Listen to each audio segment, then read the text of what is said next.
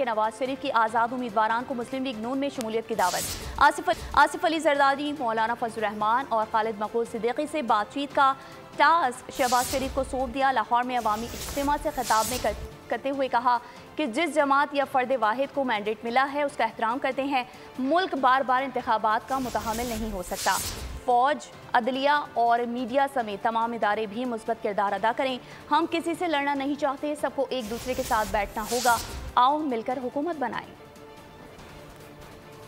Duty लगाई है और आज ही मोहतरम आसिफ जरदारी साहब से मुलाकात करें और मोहतरम मौलाना फजल रहमान साहब से मुलाकात करें, MQM के साथ मुलाकात करें, डॉक्टर सिद्दीकी के साथ मुलाकात करें और फिर मिलकर बताएं कि पाकिस्तान के मौजूदा हालात इस बात का तकाजा करते हैं कि हम सब मिलकर इस भंवर से किश्ती को निकालें। सब पार्टियों के मैंडेट का एहतराम करते हैं। जिनको भी मैंडेट मिला है, चाहे वो पार्टी है चाहे वो फर्द वाहिद है, हम उनको भी दावत देते हैं के लिए आओ हमारे साथ बैठो। जरूरी है कि दूसरी पार्टियां बैठकर मिलकर एक हुकूमत कायम करें और पाकिस्तान को इस भंवर से निकालें। बार बार इस बात के मुतहम्मिल नहीं हो सकते कि हम मुल्क के इंतखाबात करवाएं। हम उनसे लड़ना नहीं चाहते। इत्तेहादी पार्टियों को भी दावत देते कि आप भी हुकूमत में हमारे साथ शामिल हो जाएं और आप हमारे साथ चले। सब इदारे, सियासतदान, पार्लियामेंट, अफवाज पाकिस्तान, अदलिया, मीडिया, सब मिलकर अपना पॉजिटिव किरदार अदा करें पाकिस्तान को इस भंवर से निकालने का। हमारा एजेंडा सिर्फ और सिर्फ एक खुशहाल पाकिस्तान है,